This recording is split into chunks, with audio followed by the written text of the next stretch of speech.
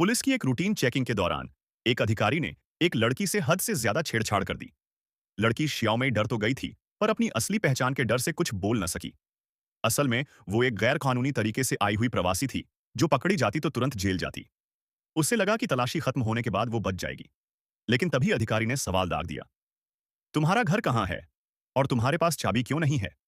Xiao में जवाब नहीं दे पाई। तभी उसके दोस्त शियाओ शुआई ने तुरंत अपनी चाबी दिखाकर कहा, ये रही घर की चाबी। अधिकारी को शक और गहरा हुआ। उसने घर जाकर चेक करने का फैसला किया। घर पहुंचते ही शियाओ मई ने जल्दी जल्दी शियाओ शुआई की जूतियां और तस्वीरें छिपा दी। पर अधिकारी की नजर मेज पर रखी शियाओ शुआई की तस्वीर पर पड़ गई।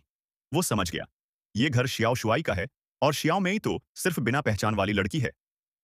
इसी बात का फायदा उठाकर वो और गंदी हरकतें करने लगा। लेकिन ठीक उसी समय शियाओ शुआई घर लौट आया। उसने अधिकारी को खींचकर अलग किया और सख्ती से कहा, यह मेरा घर है, तुम बिना इजाजत यहां घुसते हो, मैं तुम्हारे खिलाफ केस कर सकता हूं। अधिकारी गुस्से में चला गया, लेकिन जाते जाते धमकी दी, ये लड़की कहीं नहीं जाएगी, मैं दरवाजे पर ही पहरा दूंगा। दिन गुजरते गए।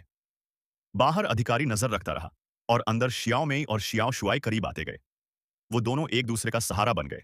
लेकिन एक दिन शियाओ शुआई उदास लौटा। असल में अधिकारी ने चालाकी से उसकी नौकरी छीन ली थी। ये सुनकर शियाओ मेई खुद को दोषी मान बैठी और रोते हुए उस अधिकारी के पास पहुंच गई।